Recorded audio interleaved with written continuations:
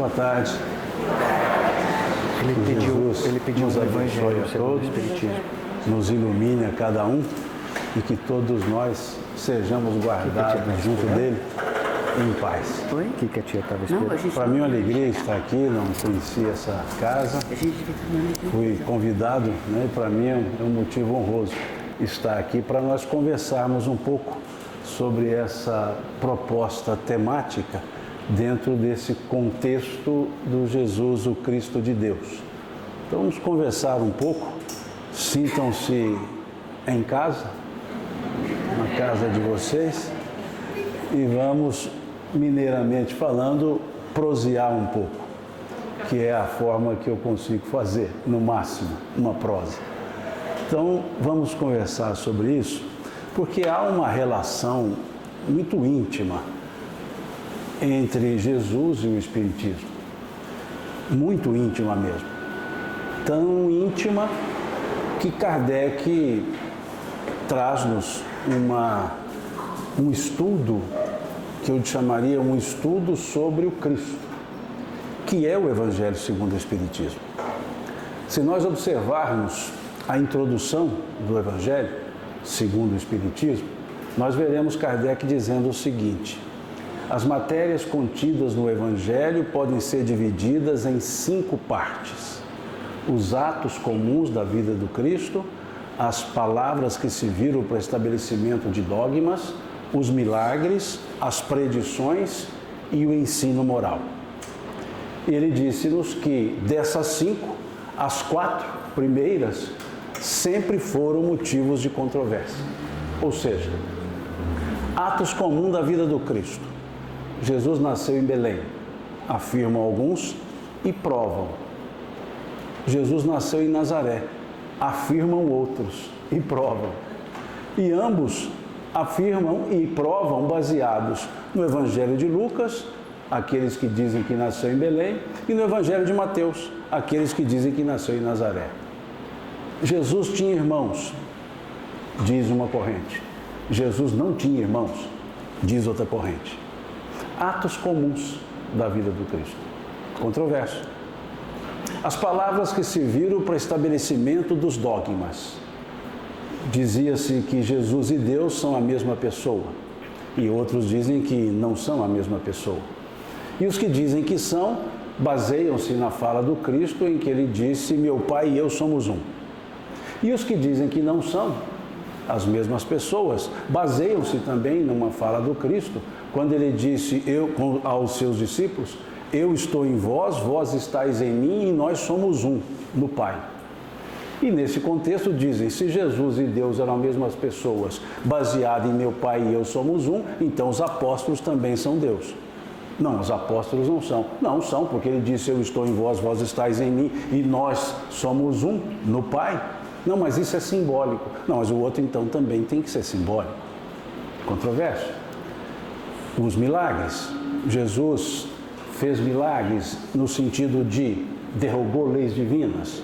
Não, Jesus não fez milagres no sentido de derrogou leis divinas. Ele apenas cumpriu leis que os demais não conheciam.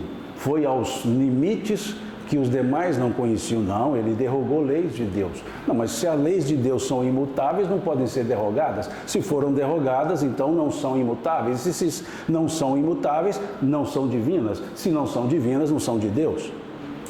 Controverso. As predições. Jesus previu o final dos tempos. Não, Jesus não previu o final dos tempos. Não, sim, previu, está lá no capítulo 24 de Mateus.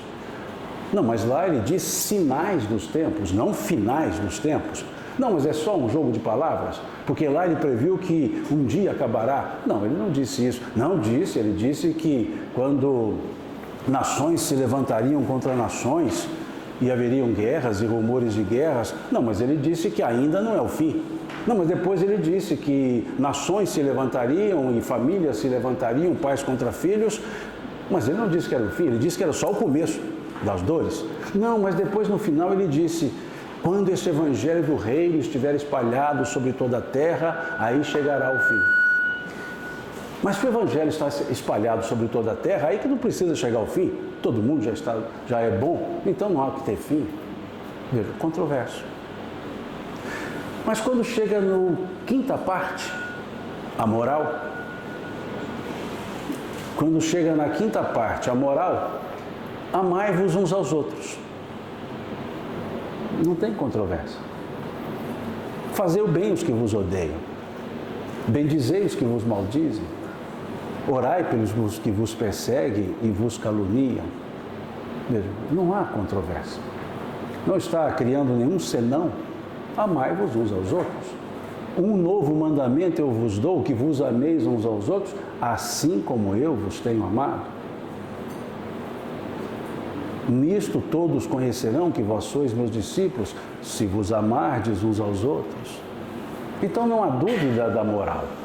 Então Kardec, quando coloca isso logo na introdução, primeiro parágrafo da introdução, ele está a nos mostrar que nós temos dois vieses para estudar a mensagem trazida.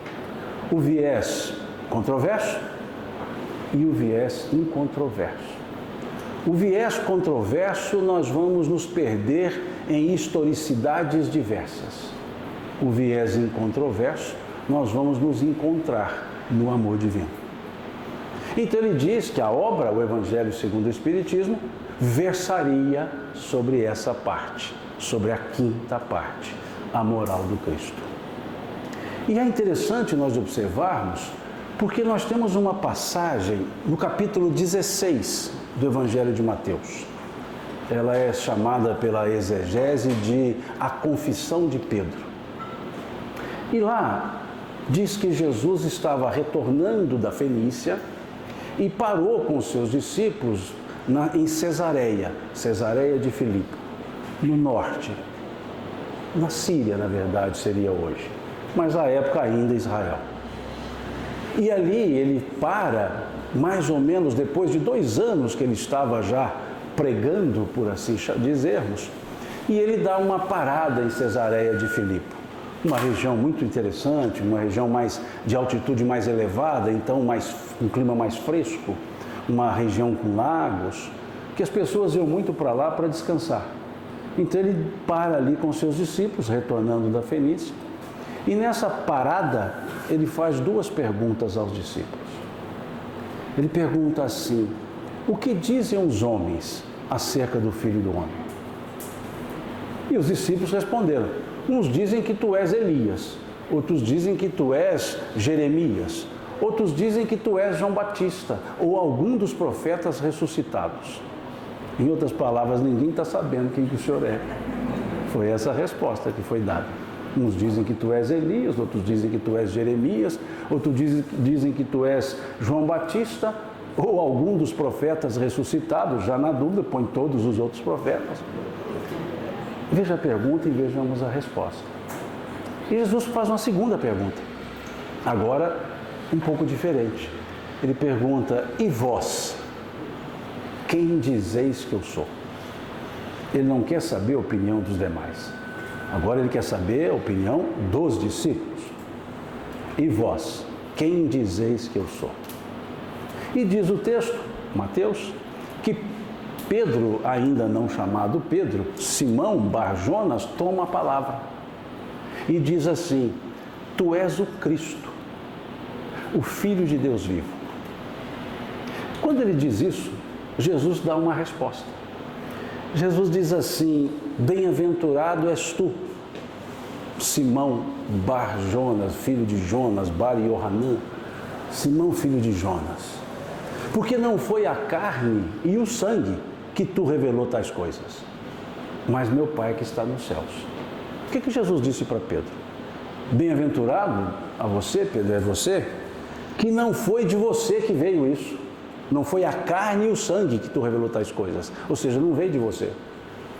Mas meu Pai que está nos céus, ou seja, sua resposta foi uma inspiração divina. Tá certo que ele disse: você não tem capacidade para falar isso. Seria mais ou menos assim.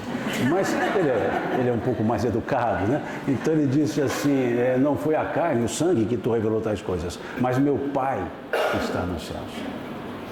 Veja a força dessa frase de Pedro, proferida por Pedro, mas dizendo Jesus inspirada diretamente pelo alto. E o que Pedro diz?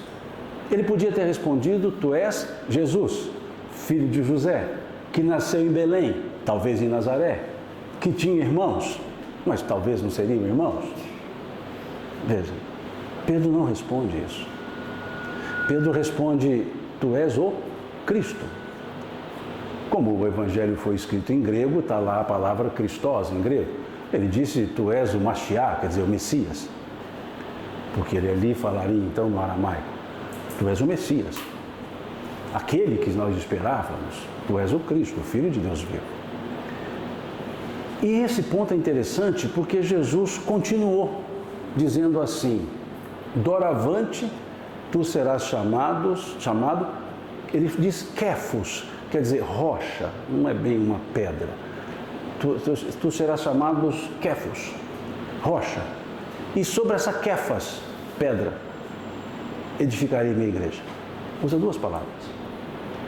Tu és Kéfos, rocha, e sobre essa pedra edificarei minha igreja.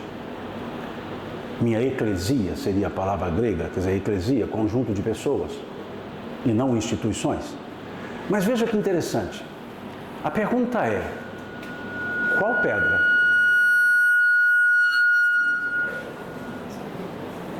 Eu não sei se eu vou para frente, se eu vou para trás, se eu fico do lado. Nós vamos nos ajustando. Não se preocupe que a gente se ajeita. Qualquer coisa vai sem microfone, não se preocupe. Mas vejam, que pedra? Pedro. Ou o que Pedro havia dito? Porque se nós olharmos a passagem até o final, nós teremos uma situação seguinte. O evangelista diz assim: a partir de então, quer dizer, a partir desse momento, que ninguém estava sabendo quem era Jesus, a partir de então, começou Jesus a mostrar aos seus discípulos que deveria ir a Jerusalém, padecer dos anciãos, ser morto e ressuscitar ao terceiro dia. A partir dali. Quer dizer que antes dali ele não falava isso. A partir de então, começou Jesus a dizer. Em outras ideias, outras palavras, como ninguém entendeu em 2 anos de fala, ele vai para outro tipo de atitude. Como se fosse, didaticamente falando, como se fosse um plano B, já que o A não deu certo. Porque imaginemos se a resposta fosse: Senhor, todos estão dizendo que tu és o Cristo, o Filho de Deus vivo. O que ele ia fazer? Aproveitar mais um tempo, divertindo ali, porque já todo mundo tinha entendido, e acabou a conversa. Mas ninguém entendeu. Então ele mudou o plano. Começou a mostrar que convinha ir a Jerusalém, padecer dos anciãos, ser morto, ressuscitar ao terceiro dia. E Pedro, diz o evangelista, e Pedro, chamando Jesus de lado, começou a repreendê-lo e a dizer: de modo nenhum deixaremos que tais coisas te aconteçam. E Jesus virou-se para Pedro e disse: afasta-te de mim, Satanás, que me é motivo de escândalo.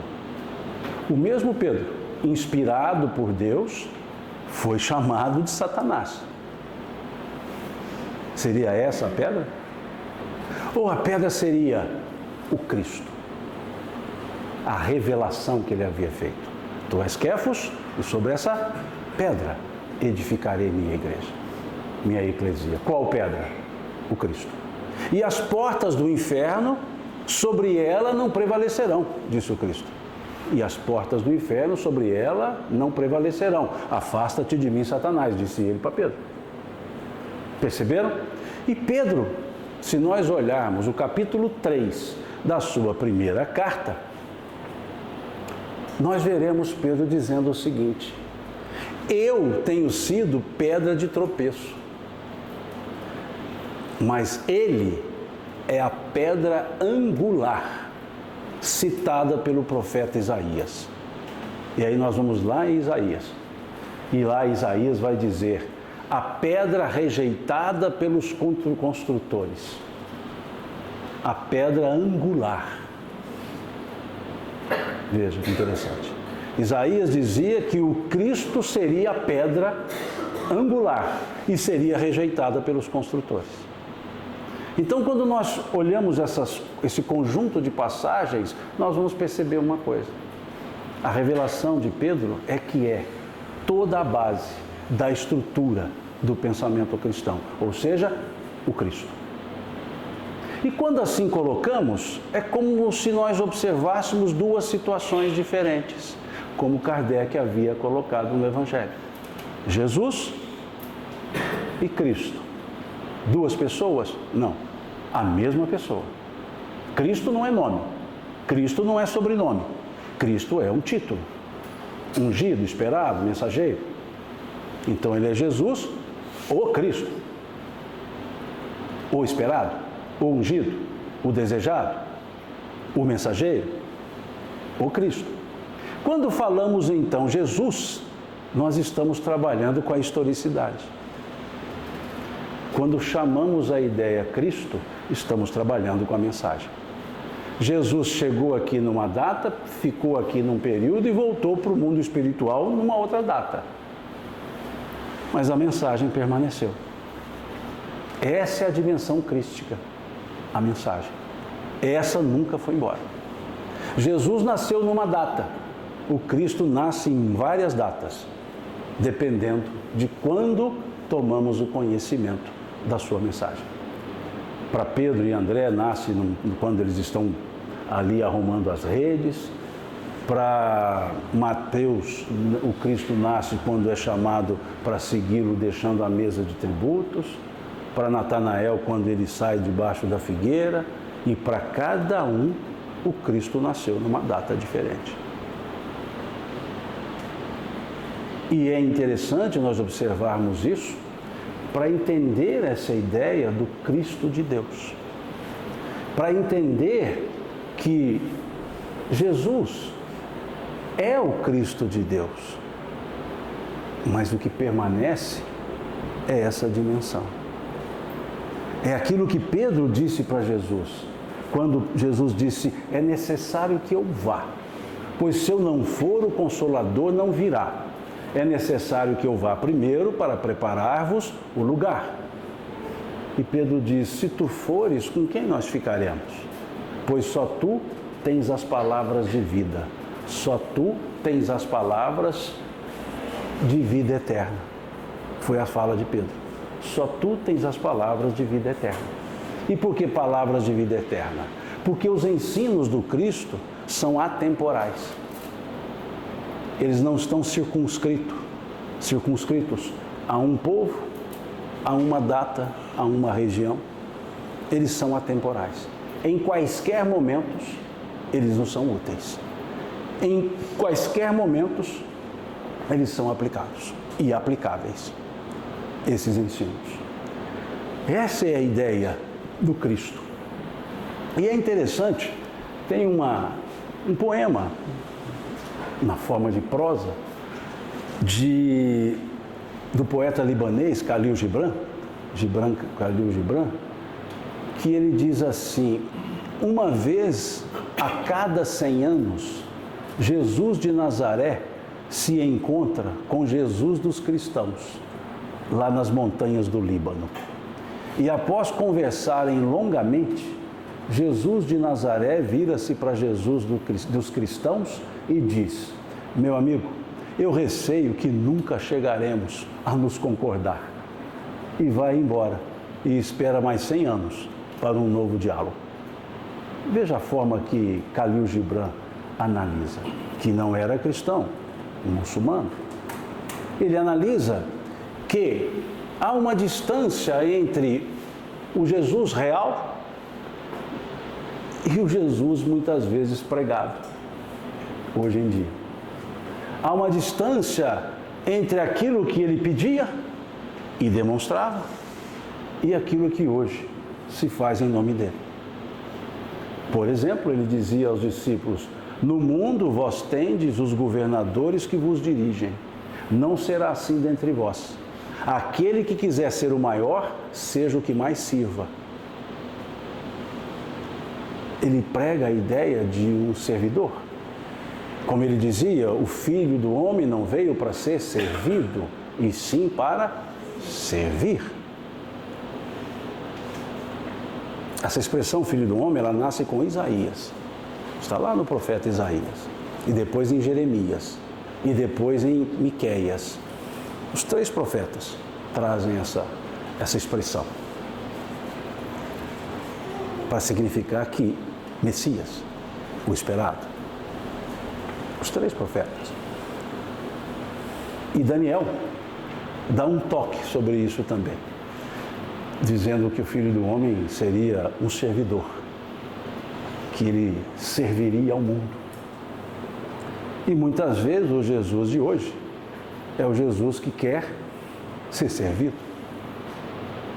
pelo menos na fala das pessoas que trazem a ideia.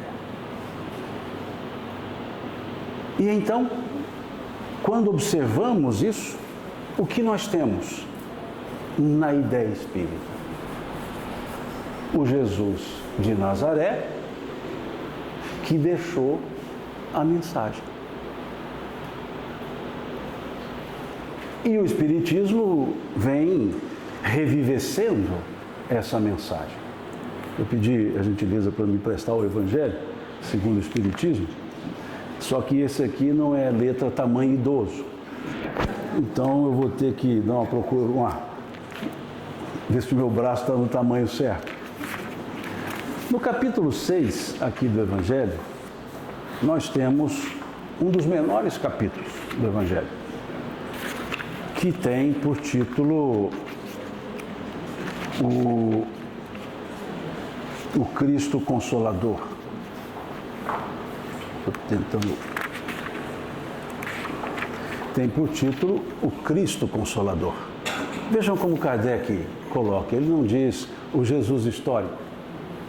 Eu tiro o óculos para poder ler, tá? Porque senão eu não consigo ler. Mas quando eu tiro eu não enxergo vocês. Então, aqui eu estou vendo um monte de gente aqui. Mas senão eu não consigo ler. E Kardec coloca aqui, num item das instruções dos Espíritos, uma fala que tem por título o advento do Espírito de Verdade, dentro do capítulo o Cristo Consolador. E aí ele diz, o Espírito de Verdade: venho como antigamente entre os filhos transviados de Israel, trazer a verdade e dissipar as trevas. Interessante. Venho como antigamente. Quer dizer que não é a primeira vez. Escutai-me, diz ele. O Espiritismo, como antigamente a minha palavra, deve lembrar aos incrédulos que acima deles reina a verdade imutável. O Deus bom, o Deus grande, que faz germinar a planta e eleva as ondas. Revelei a doutrina divina e, como um ceifeiro, reunir em feixes o bem esparso na humanidade e disse: vinde a mim, todos vós que sofreis. Mas os homens ingratos desviaram-se do caminho reto e largo que conduz ao reino de meu Pai, e estão perdidos nas ásperas e nos estreitos caminhos da impiedade. Meu Pai não quer aniquilar a raça humana, quer que, ajudando-vos uns aos outros, mortos e vivos, quer dizer, mortos segundo a carne, porque a morte não existe, vos socorrais, e que não mais a voz dos profetas e dos apóstolos, mas a voz daqueles que não estão mais na terra se faça ouvir para vos proclamar: orai e crede, porque a morte é a ressurreição e a vida é a prova escolhida durante a qual vossas virtudes cultivadas devem crescer e desenvolver como o cedro. Homens fracos, que compreendeis as trevas de vossas inteligências, não afasteis o facho que a clemência divina coloca entre vossas mãos, para iluminar vosso caminho e vos conduzir, filhos perdidos, ao regaço de vosso Pai. Estou muito tocado de compaixão pelas vossas misérias, pela vossa imensa fraqueza, para não estender mão segura aos infelizes transviados, que vendo o céu, tombam no abismo do erro. Crede, amai e meditai as coisas que vos são reveladas. Não misturei o joio ao bom grão, as utopias às verdades. Espíritas, amai-vos, eis o primeiro ensinamento. Instruí-vos, eis o segundo. Todas as verdades se encontram no cristianismo. Os erros que nele se enraizaram são de origem humana. E eis que, além do túmulo, que acreditáveis o nada, vozes vos clamam: irmãos, nada perece. Jesus Cristo é o vencedor do mal. Sede vós os vencedores da impiedade. O Espírito de Verdade, Paris, 1860. Essa é a mensagem que está no capítulo 6 do Evangelho segundo o Espiritismo, que é a mesma mensagem que está no capítulo 31 do Livro dos Médiuns. A mesma mensagem, com uma pequena diferença. Lá ela é assinada por Jesus de Nazaré. Kardec diz isso. Ele diz, depois vocês dêem uma conferida, capítulo 31, salvo engano é o item 4, acho que é isso, 3 ou 4. E lá Kardec diz que essa mensagem foi recebida por um dos melhores médiuns da Sociedade Parisiense de Estudos Espíritas, e o nome que a ela assina é de tamanha envergadura que só sob cuidados e discrição nós optamos por cuidado e opção cuidado e discrição, nós optamos em não decliná-lo. Mas esse nome é Jesus de Nazaré, diz Kardec. E depois ele continuou dizendo que só em casos raros espíritos dessa natureza se manifestam, etc, etc. Por que eu não quero entrar em celeuma, quem é e quem não é, se espírito de verdade é Jesus ou não? Eu quero que a gente entenda que nessa mensagem, Jesus atrela a sua mensagem ao Espiritismo. Ali Jesus atrela o Espiritismo como antigamente a minha palavra deve lembrar aos homens que acima deles reina o Deus justo, o Deus grande, que faz germinar as plantas e crescer as ondas. Veja. Então ali o Espírito de Verdade nos mostra o porquê que nós dizemos que o Espiritismo é o cristianismo redivivo. Porque se traz a figura do Cristo. Traz a figura do mensageiro com a sua mensagem. E não se dedica a estudar essas filigramas historiográficas, não se dedica a estudar esses elementos controversos para se debruçar no entendimento da própria mensagem do Cristo, no entendimento do ensino que ele aqui deixou, dessas palavras de vida eterna que o apóstolo Pedro havia falado. Essa é a relação íntima entre o Espiritismo e a mensagem do Cristo. E vejam que nessa mensagem ele vai dizer: todas as verdades se encontram no cristianismo. Os erros que nele se enraizaram, não é entraram, já enraizaram. Os erros que nele se enraizaram são de origem humana. Por isso a ideia que eu trouxe de Gibran, Jesus de Nazaré e Jesus dos cristãos, que acabam ficando diametralmente opostos. E é isso que o Espiritismo veio nos fazer lembrar da mensagem de Jesus. Veio nos fazer lembrar dessas palavras que nos libertam, que abrem-nos o entendimento real da vida.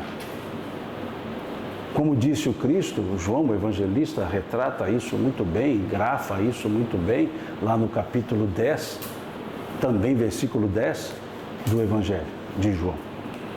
Quando Jesus diz: eu vim para que todos tenham vida e a tenham em abundância.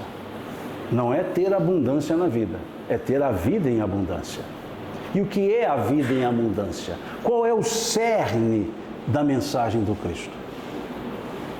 Se nós olharmos todo o conjunto de ensinamento nos traz a amorosidade, sem dúvida. Quando Kardec nos coloca lá no primeiro capítulo do Evangelho segundo o Espiritismo e também no primeiro capítulo do livro A Gênese, esse caráter da revelação espírita, ele coloca ali 3 momentos que ele entendeu como significativos e complementares. Ele coloca um momento chamado em Moisés, um momento chamado em Jesus e um momento chamado no Espiritismo, que ele chama de 3 revelações. E nessa ideia, ele diz que na figura de Moisés, nós temos uma revelação de Deus, não o Deus único, porque o Deus único ele já vem com o patriarca, ele já vem com Abraão. A ideia do Deus único, ela é uma estrutura de Abraão, já desde aquele momento em que El Shaddai, o Senhor Todo-Poderoso, já atuava com o povo, o povo hebreu, já que o termo Israel surge com Jacó. Mas antes de Jacó, que é neto de Abraão, não se usava a ideia de Israel, usava-se hebreu, descendentes de Éber, que era o pai de Abraão. Então Abraão, ele é que traz a ideia do Deus único. Moisés nos traz a figura de um Deus legislador, um Deus que tem leis, e não são poucas. Pela ideia de Moisés, são 613, a estrutura do Decálogo e mais 603, que tem uma discussão teológica enorme, se ele recebeu as 613 no Sinai ou se ele desceu com as 10, depois subiu e recebeu mais 603. É uma discussão doutrinária que divide religiões, é uma beleza isso. E controverso. E ali, então, Moisés nos traz a figura de um Deus. O Deus de Abraão, aquele Deus único, mas que tinha leis. E ele as recebe e traz ao povo aquelas 10 leis, conforme a gente vê lá no Êxodo, no capítulo 20. E depois 613 leis lá no Levítico, no Deuteronômio e algumas esparsas, construindo uma estrutura. Então Kardec diz que essa foi uma revelação que mostra um Deus com justiça. Então ele chama de revelação da justiça.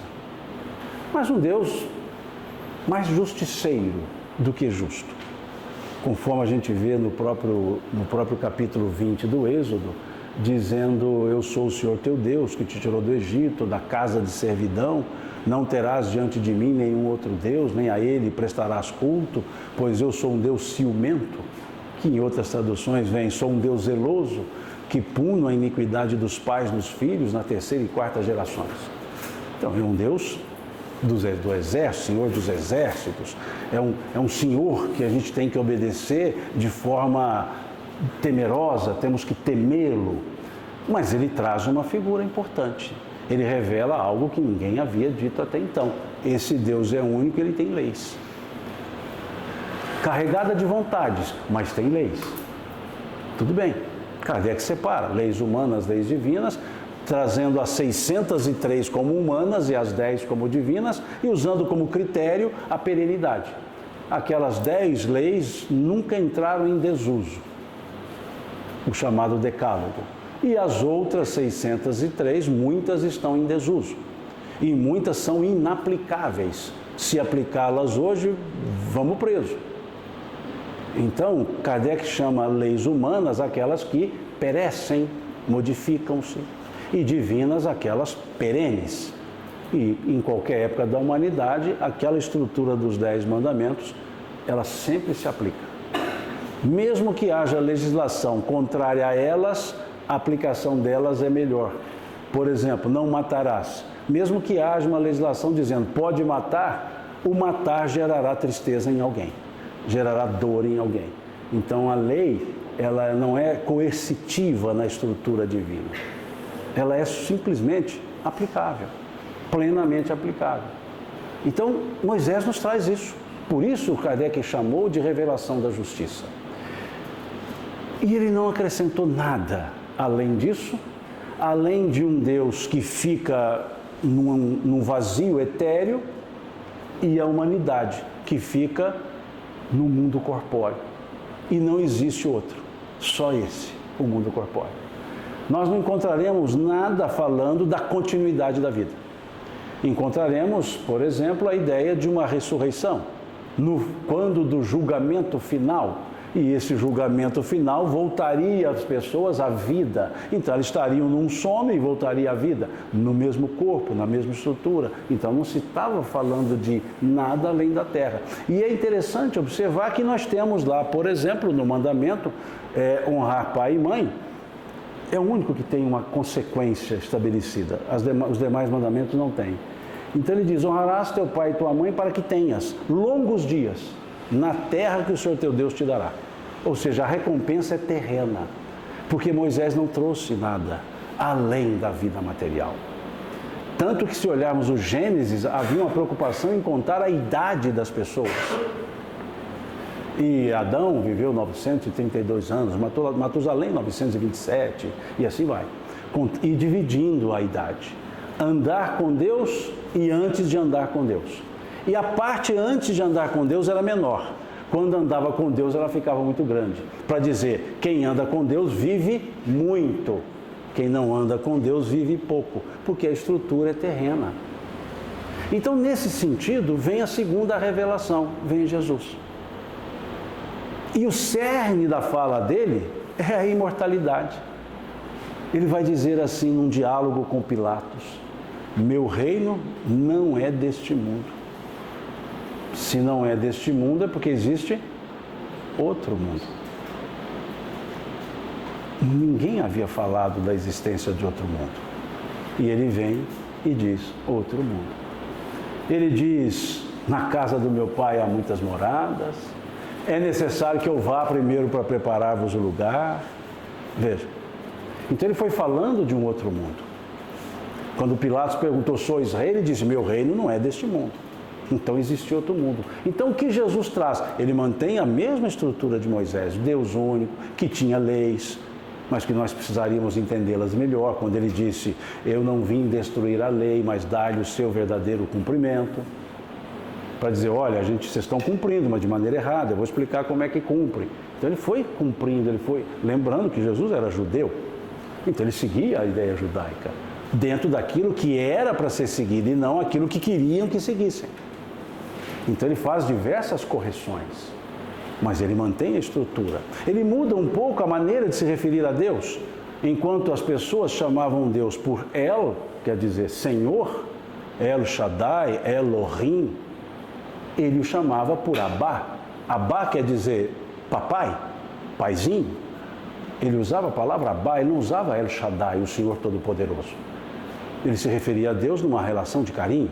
Então ele mantém a estrutura, ele é único, mas ele não é bravo, como Moisés havia trazido. Ele não é para ser temido, ele é para ser amado. Quem de vós, se vossos filhos os pedirdes um pão, dará uma pedra. Quem de vós, se vossos filhos os pedirdes um peixe, dará uma serpente.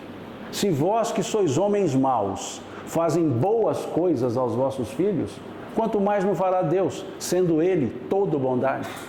Então ele traz a ideia de Deus justo e bom, e não o Deus justiceiro.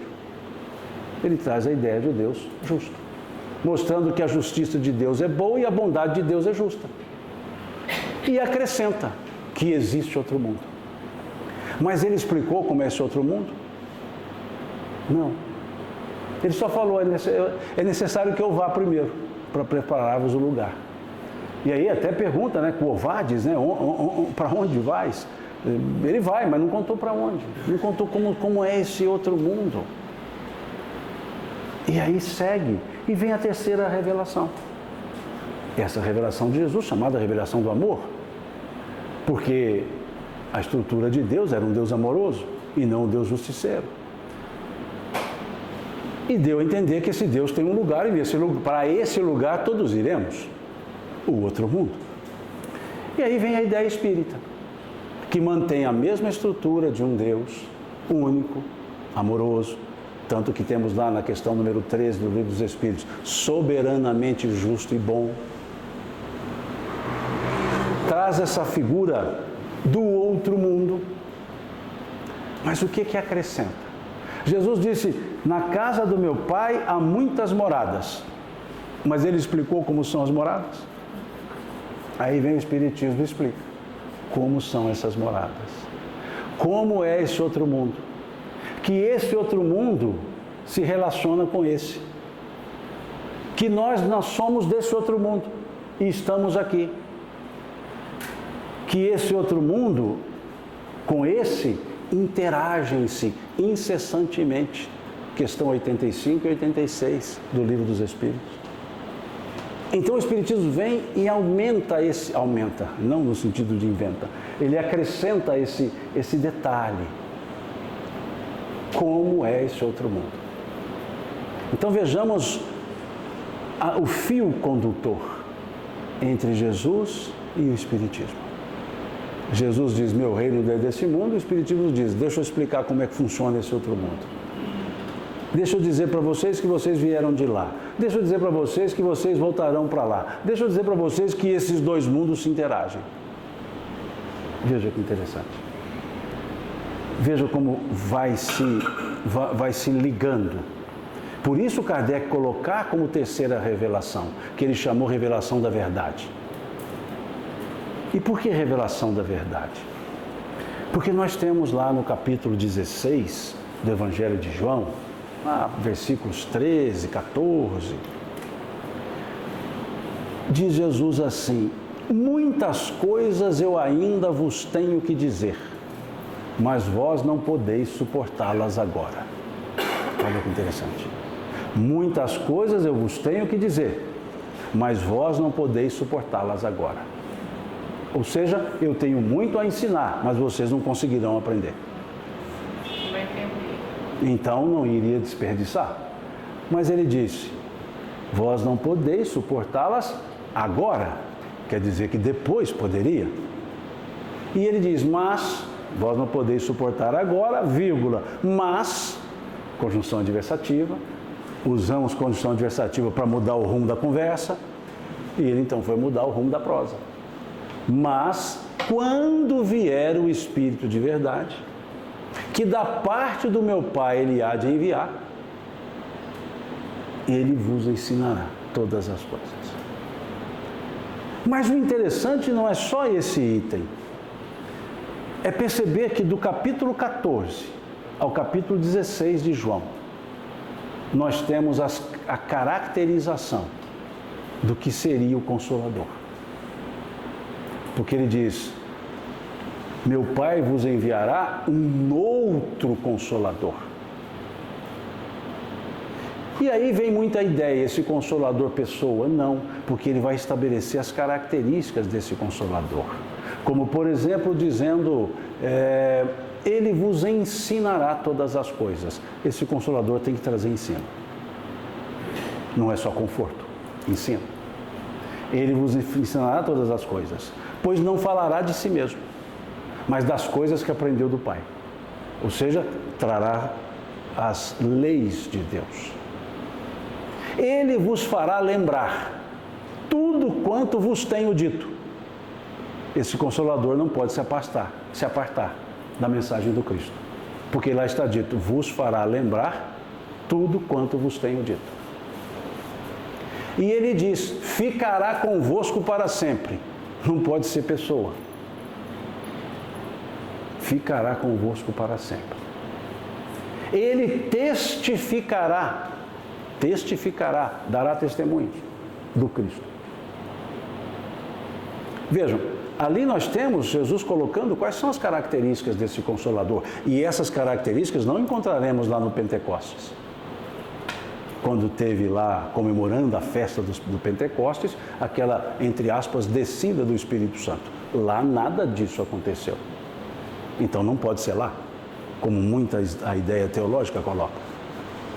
E o Pentecostes se deu alguns dias, 40 dias depois da Páscoa, que é a estrutura do Pentecostes, 40 dias. Jesus diz isso, que ninguém está podendo aprender, e depois de 40 dias todo mundo pode aprender. E lá nesse capítulo 16, mais à frente, ele diz assim, No capítulo 14, capítulo 15, nós vamos encontrar assim: tudo que pedirdes ao Pai em meu nome, eu intercederei por vós e o Pai vô-lo concederá. Eu rogarei por vós, em outras traduções, e ele vô-lo concederá. Lá no capítulo 16, ele vai dizer assim: chegará o dia em que pedireis ao Pai em meu nome, e eu não mais vos digo que rogarei ao Pai por vós. Pois o Pai é o mesmo e nos ama a todos. Em outras palavras, está dizendo, peçam direto. Mas não é hoje. Chegará o dia. Isso nos lembra muito a questão número 11 do Livro dos Espíritos. Quando lá se pergunta, pode-se sondar, um dia, melhor dizendo, um dia o homem, pode-se sondar, a questão número 10, a 11, um dia o homem verá Deus? E eles respondem, quando não mais estiver obscurecido pela matéria e pela sua perfeição, o homem verá e entenderá Deus. O que Jesus disse no capítulo 16 de João? Chegará o dia em que pedireis ao Pai em meu nome, eu não mais vos digo que rogarei ao Pai por vós, pois o Pai é o mesmo e vos ama a todos. E naqueles dias não mais falarei por parábolas, falarei abertamente das coisas do Pai. E o que o Espiritismo nos traz? A mensagem do Cristo em espírito e verdade, sem alegorias. Por isso Kardec chama o Espiritismo de revelação da verdade. Da verdade. Como vemos lá na fala do Cristo, quando ele diz, a tua palavra é a verdade, capítulo 17 de Mateus, que é uma oração que Jesus faz pelos seus discípulos. Tua palavra é a verdade. E lá também, no Evangelho de João, mas agora no capítulo 8, ele vai dizer, conhecereis a verdade, versículo 32, conhecereis a verdade e a verdade vos fará livres, vos libertará. E qual é essa verdade? A palavra que vem do Pai, a tua palavra é a verdade, disse o Cristo. E o que o Espiritismo nos traz? A palavra sem alegoria. Os ensinos morais sem alegoria. E nós vemos na questão 625 do Livro dos Espíritos, uma pergunta que mostra-nos que o centro é o Cristo, o centro é Jesus, quando se pergunta qual é o tipo mais perfeito que Deus ofereceu ao homem para servir de guia e modelo para a humanidade. Vejamos que a pergunta nos pede a indicação de um tipo perfeito. Está colocado o mais perfeito. Mas em boa lógica, não tem mais perfeito. Ou é perfeito ou não é. Se eu disser que essa mão é mais perfeita que essa, é porque essa não é perfeita. Então Jesus ele não é o mais perfeito, ele é o perfeito. Quaisquer outros não são perfeitos. Mas colocou mais perfeito, tudo bem. Então trazemos da forma que está, para dar ênfase. Então ele pergunta qual é esse tipo perfeito. E pergunta qual é o tipo perfeito para duas circunstâncias, ou melhor dizendo, para duas situações. Para servir de guia e modelo. O que é guia? É o que seguimos. O que é modelo? É o que copiamos. Então Jesus é para ser seguido e copiado. Porque a resposta foi Jesus. Qual é o tipo mais perfeito que Deus ofereceu ao homem para servir de guia e modelo para a humanidade? Jesus. E como então seguir a Jesus? Guia. E como copiar a Jesus? Modelo. Seguir a Jesus pelos seus ensinos. Copiar a Jesus pelos seus exemplos. Pelos seus exemplos, ele nos dá a condição de Ctrl+C, Ctrl+V. Pelos seus ensinos, a condição de aprender. Esse modelo Ctrl+C, Ctrl+V me faz lembrar, sempre que eu falo, de uma música não vou cantar em respeito a vocês, lógico, de uma música composta por Padre Zezinho. Lá na década de 70. Meu pai é que me falava dessas músicas, eu não era nascido. Uma letra interessante, diz assim: um dia uma criança me parou, olhou-me nos meus olhos a sorrir, caneta e papel na sua mão, tarefa escolar para cumprir, e perguntou-me, no meio de um sorriso, o que é preciso para ser feliz. Amar como Jesus amou, sonhar como Jesus sonhou, sentir o que Jesus sentia, sorrir como Jesus sorria, e ao chegar o fim do dia, eu dormiria mais feliz. Leu a questão 625, sem dúvida, porque ali está um modelo. É como se nós nos perguntássemos: como Jesus faria aquilo que eu vou fazer? Tem mais ou menos lá, né? Um homem. Veja, como Jesus falaria o que eu vou falar? Como Jesus seria o filho que eu sou? Como Jesus seria o pai que eu sou? Como Jesus seria o avô que eu sou? Como Jesus seria o marido que eu sou? Como Jesus seria o profissional que eu sou? Será que ele exerceria a minha profissão da forma que eu estou exercendo? Isso é o modelo. É nós pararmos e pensar antes de fazer. Talvez nós erraríamos menos se perguntássemos como Jesus faria. Como Jesus sentiria isso? E para a gente tê-lo como modelo, precisamos conhecer os seus exemplos. E ele primou muito pelo exemplo. Por exemplo, quando ele ouviu os doutores da lei pregando, num certo momento ele disse assim: ouvi e praticai tudo o que eles vos dizem, mas não façais em conformidade com o que eles fazem, pois vos dizem uma coisa e fazem outra. Então Jesus não quer que haja uma dissociação entre a fala e a atitude. Em outro momento, ele foi procurado pelos discípulos de João, o Batista, que estava preso, João. E os discípulos de João chegaram para Jesus e perguntaram: Senhor, João nos enviou para saber se tu és aquele que havia de vir. E Jesus virou-se para os discípulos e disse: voltem e digam a João as coisas que vocês veem que eu faço. Os cegos veem, os surdos ouvem, os coxos andam. Ou seja, conta para ele o que eu estou fazendo e ele saberá se eu sou ou não o que havia de vir. Exemplificação. Esse é o ponto-chave. Exemplificar. Trabalhar com a libertação de nós mesmos. Como vemos no item 2 ou 3 do capítulo 17 do Evangelho segundo o Espiritismo. Eu não me lembro se é o 2 ou 3, acho que é o 3, mas tem hora que eu acho que é o 2.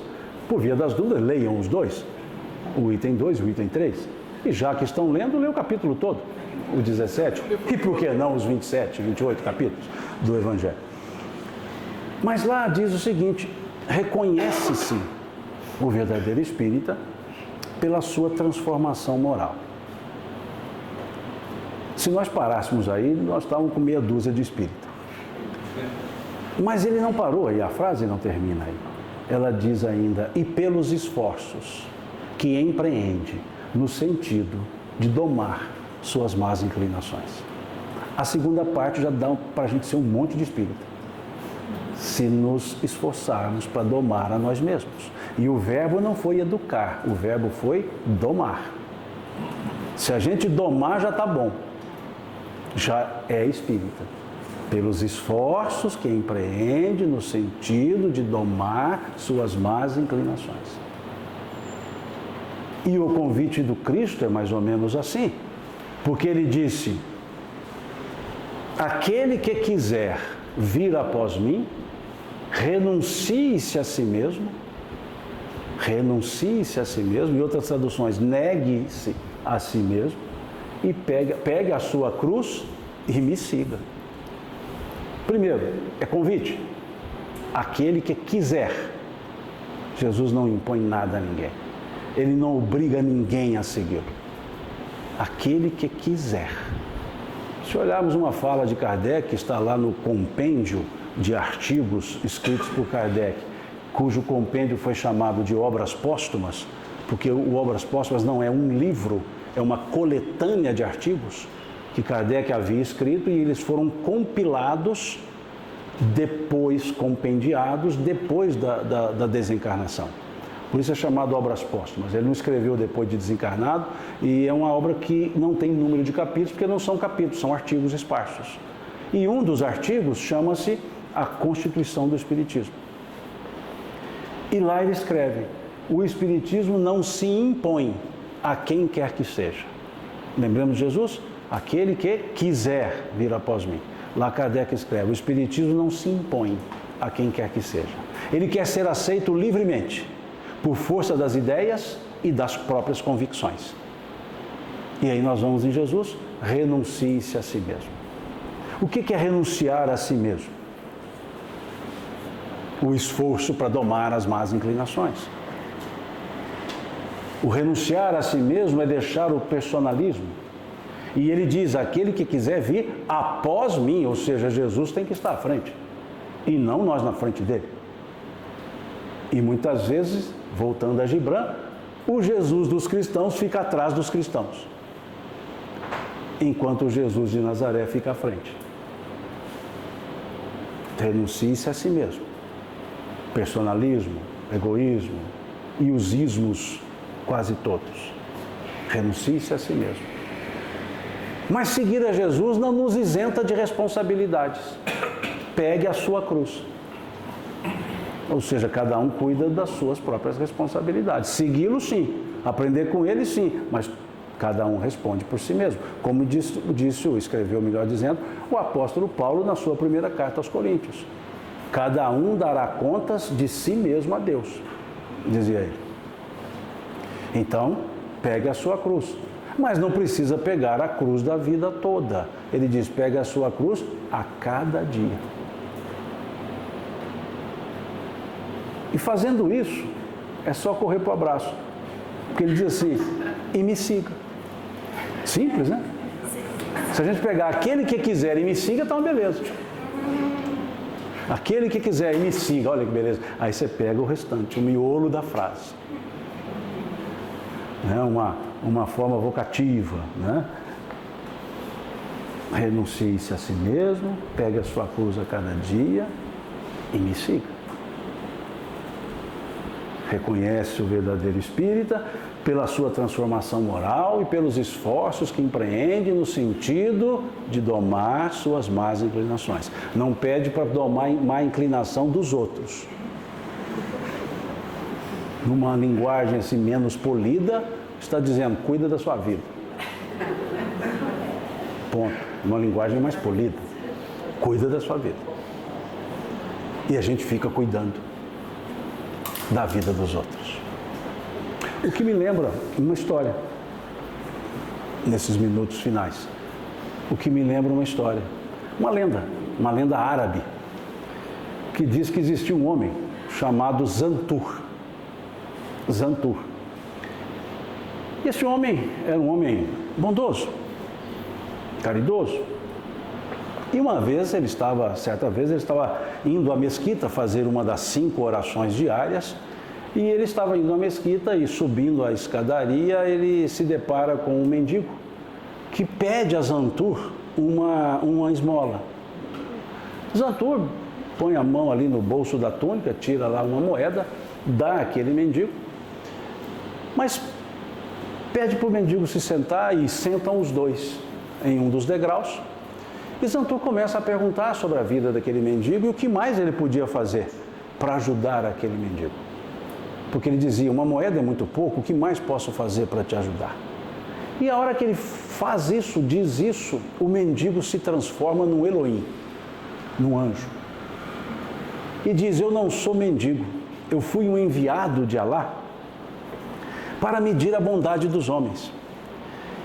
E foi-me dado o poder de conferir à pessoa bondosa o direito de ficar 5 minutos dentro da Gruta do Destino. A Gruta do Destino, na tradição, é um lugar desconhecido, ninguém sabe onde fica, e se souber onde fica não tem como entrar porque é hermético, né? Fechado hermeticamente. E lá, dentro da Gruta do Destino, tem um livro, chamado Livro da Vida. E nesse livro estão escritos todos os nomes dos habitantes da Terra, com os seus passado, presente e futuro escritos. E o anjo disse a Zantur: você, por ter sido bondoso para comigo, você poderá ficar 5 minutos na Gruta do Destino. E deu a ele uma borracha e uma pena, um lápis, para ele escrever o que ele quisesse para o seu futuro. Ele podia apagar o seu futuro e escrever outro futuro se ele quisesse. E num passe de mágica, Zantur se viu dentro da gruta. E ele olha ali um enorme livro. E ele chega perto do livro, abre o livro e começa a folheá-lo e percebe que estão os nomes escritos em ordem alfabética. Zantur, lá no finalzinho. Mas logo na letra A, ele se depara com um nome que lhe chamou a atenção: Abdul. E ele se lembra que Abdul havia sido um juiz que condenara Zantur à prisão por ele não ter pago uma dívida. E Zantur, para conferir, leu o passado do juiz. E era ele. Havia condenado Zantur à prisão. E Zantur, embora fizesse o bem, ainda não havia domado suas más inclinações. E ali ele leu o futuro do juiz. Futuro belíssimo, cheio de dádivas. Um homem justo. Ele então pega a borracha e apaga o futuro do juiz e escreve um monte de desditas, um monte de dificuldades para aquele juiz. Dá aquela inspirada e continua folheando o livro. E lá na letra S, ele se depara com outro nome: Samira. Havia sido a sua noiva, que, envergonhada com a prisão de Zantur, rompeu o noivado. E ele ficou amargurado com aquilo. E conferiu o passado e era a Samira. E ele então olha o futuro da Samira. Belíssimo, muitos filhos. E ele vai movido por vingança. E apaga o futuro de Samira. E escreve um monte de dificuldades para ela. Dá aquela outra inspirada e vai lá para a letra Z. E olha Zantur. E chama-lhe a atenção porque ele olha o passado e vê que aqueles 2 últimos atos que ele havia praticado já estavam escritos no passado. E ele lê o seu futuro e se assusta. Um futuro difícil, que levou em conta as suas ações boas, mas estava levando em conta a sua própria personalidade. E o saldo não era nada agradável. E ele pega a borracha. E quando vai apagar o seu futuro, acabam-se os 5 minutos. E ele se vê de volta lá na escadaria da mesquita, com a borracha em uma mão, o lápis em outra, o livro aberto no seu nome, com o futuro exposto, e ele nada pôde fazer do seu futuro, porque ficou cuidando dos futuros alheios. Se nós não entendermos o valor da vida, se nós não entendermos o valor do momento, ele se esvai, como se fossem 5 minutos. Então que cada um cuidemos de nossas próprias vidas. Que cada um sejamos o olhar para nós mesmos. Que não desperdicemos esses momentos. Que andemos na luz enquanto temos luz, disse o Cristo. Andai na luz enquanto tendes luzes. Cuidemos para que a luz que nós trazemos não esteja apagada, como disse o Cristo. Cuida bem da tua luz, pois se a luz que há em ti forem trevas, se as luzes que há em ti forem trevas, quão grandes serão essas trevas? Capítulo 6 de Mateus. Mas lembremos que ele também disse: brilhe a vossa luz diante dos homens, para que vejam as vossas boas obras e glorifiquem a Deus que está nos céus. Nas duas falas, ele está dizendo que nós temos luz. Mas cabe-nos, a cada um, fazer a luz brilhar. Ele não disse, crie uma luz. Ele só disse, brilhe a vossa luz. Nós já temos. E temos porque todos nós trazemos em qualidade aquilo que em Deus é a essência. Nós trazemos o impulso da evolução. Deus não nos criou imperfeito. Deus não nos criou perfeito. Deus nos criou perfectíveis. Por isso nós evoluímos. O germe da evolução está em nós. Ninguém é imperfeito. Se faz quando se afasta das leis de Deus, que segundo os Espíritos estão escritas na nossa consciência. Quando nos afastamos da nossa consciência, nós nos fazemos imperfeitos. Prefixo em negação.